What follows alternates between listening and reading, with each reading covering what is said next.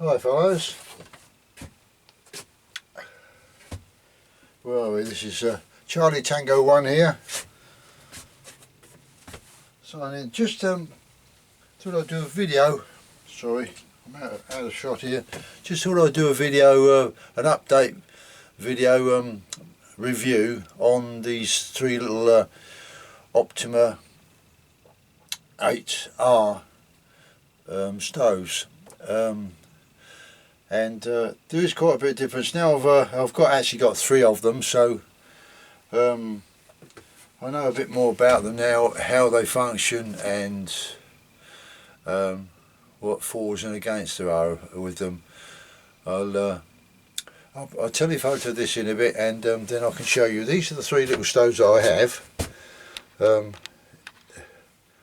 That's it. I thought I'd have to do this, bring this down a bit.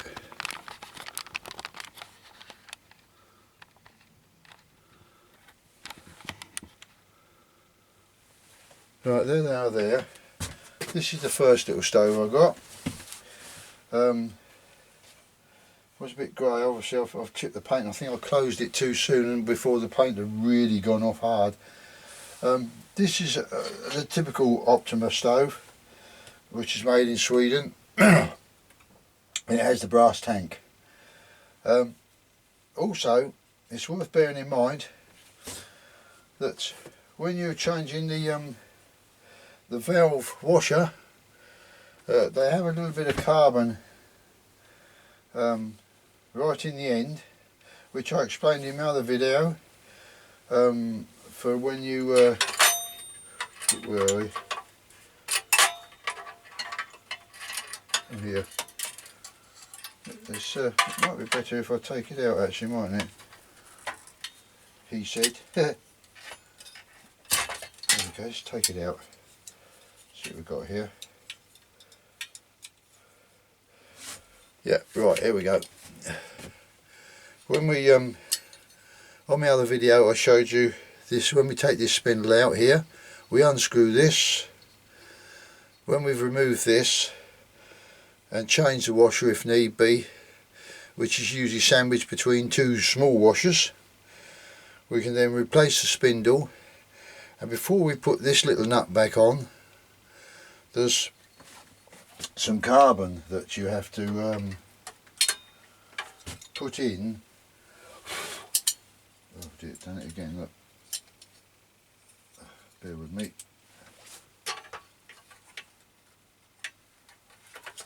Oh, sticky little thing that is, isn't it?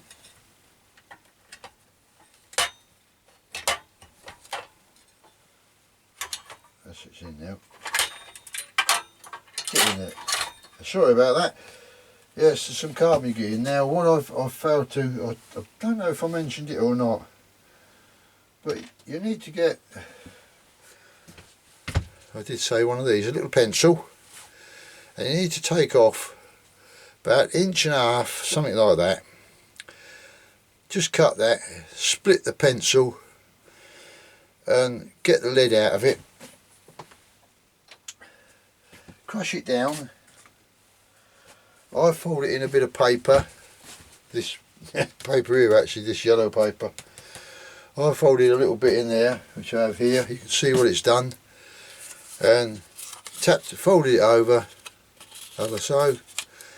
Smacked it down with a hammer, opened it up, made sure it's crunched up. If not, move it about, smack it down even more so it's like powder. Little bit of fairy liquid in a tub, dear little bit. And I mean a dear little bit because you're only going to need 1, maybe 2 drops. Just a drop like you do when you put an eye droplet in your eye. That's really all you need. Just that one little. Oh, sorry, mate. One little drop. Mix it all up, and then get yourself a little stick or something like that, you know. And that's it. I don't know what this is, barbecue stick, I think. Make it into a paste, pop it a bit in there, and then fold that. Then put the nut back on. You can nip it back up. Bob's your ankle, funny's your aunt. Now, I wasn't happy with the colour of the tin. That's why I that's why I changed it to blue.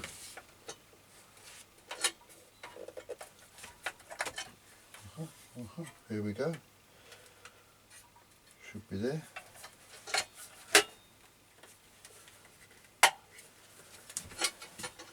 Put that over there.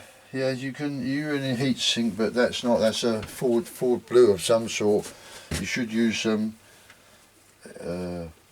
heat resistant paint really. This was the next one that came. This one here. And I think this was the one. Yeah, this was the one on the other video where I told you that this particular stove was unused, and I think I put a comment in there in relation to that. Now, what I found, the only difference being, something I ought to mention at this point in time, was when you put the flame spreader on, or the flame spreader, the difference is you can't use these on a little Esbeat stove that looks exactly the same. These the Esbeat 123 and 123R. The aperture of the thread is a lot smaller on the Esbeat, what they call them, Esbeat.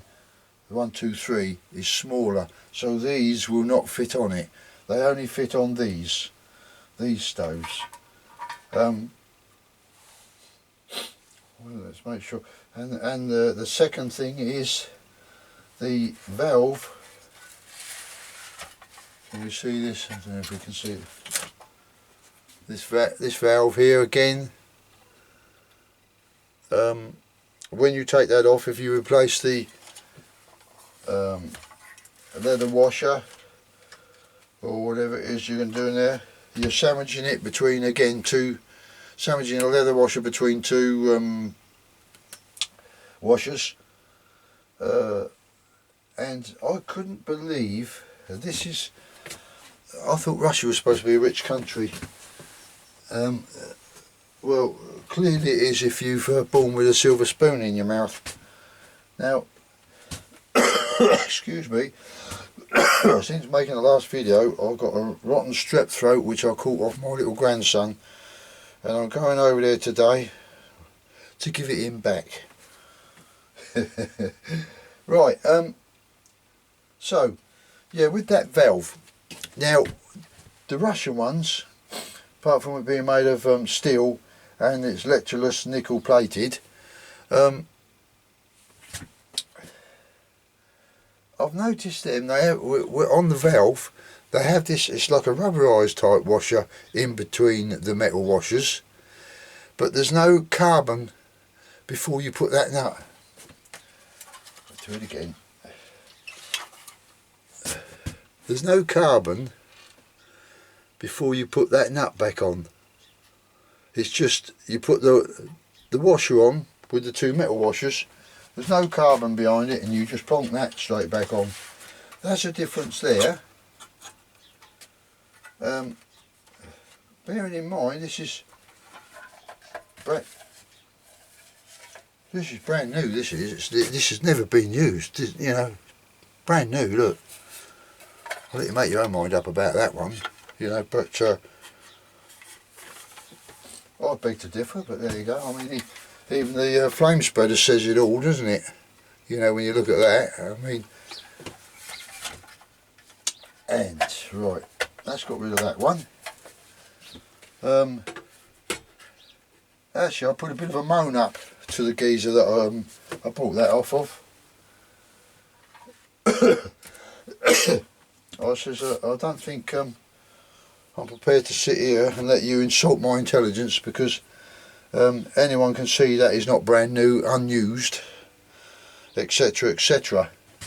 And it didn't matter what he come back with. I even got one of his so-called followers contacted me to say if I was you I'd return it and ask for your money back.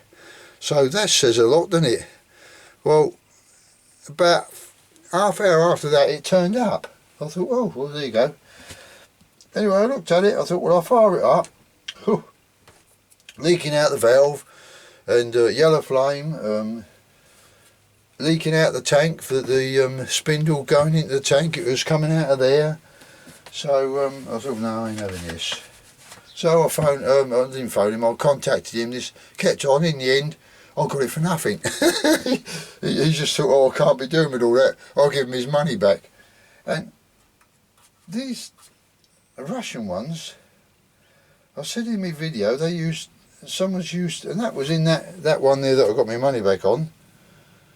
Now I did say, look, now am I wrong, or is that a bit of a crepe bandage? Because that's what it looks like to me, crepe bandage. That was in that one. And lo and behold, when I got this one, which by the way was unused, it ain't now because it's discoloured the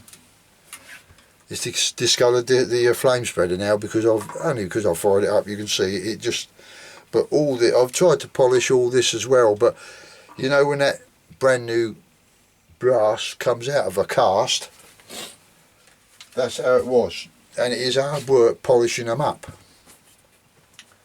But I thought, well, that's good enough. I got there. But just worth bearing in mind, you can't use the SV123 and 123R flame spreaders on these particular stoves. When I opened this up, I thought, well, I'll try this. The spindle on the tank was tight, but not over tight. It didn't leak, and I thought, great. When I fired it up, I thought it should roar a little bit better than that. I thought, well, perhaps the old, perhaps there's a bit of, you know what, S1.T in it, SH1.T in the jet. Anyway, I thought, well, it's got a jet needle in it, I'll clean it. Didn't make no difference. So I stripped it down. Again, you haven't got that carbon to put in there by the spindle. When I took it off, away from the tank, lo and behold, that was in there as well, and that was brand new. So all they use in theirs is a bit of, you know, they spend the money out doing that, and then they cut corners while putting something stupid like that in. Instead of using the McCoy, which is this stuff, which I told you about, is you can get it out of a Dougal mop. That's what we call them, a Dougal mop. One of them mops that your grandmother might have had, like, you know, just pull that out of the head, use about 2 strands, fold it in half, and away you go. And that's what these run on. So I've done that. You might get, on some of them, you might get, even on the Swedish ones, you might get this stuff in there, a bit of, let's get it right, brass gauze, alright, you might get that in there. It's rolled, they roll the wick in it. You know, you roll the wick in it really tight, and then once you got it rolled, you push it in there. Then put the end of the wick here, right at the end of the braid of that stuff. Push it in, but don't worry too much if you can't get it in there. So there is a saying to that, but I'm not going to say it. Just roll it up, just twist it like it is there, or twist it up. Once you fold it on the wire, just twist it, just keep twisting it and poke it in. There we go, and excuse me, I'm going to sneeze. And yeah, so you can have that back.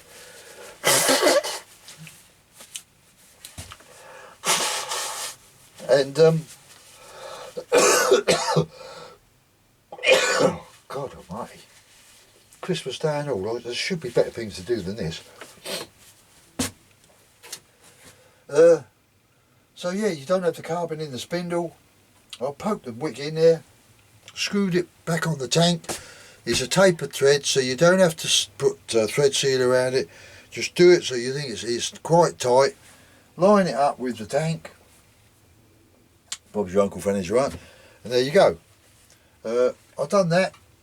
I fired it up, and she was roaring like a good, and that flame spreader was really glowing there, you know.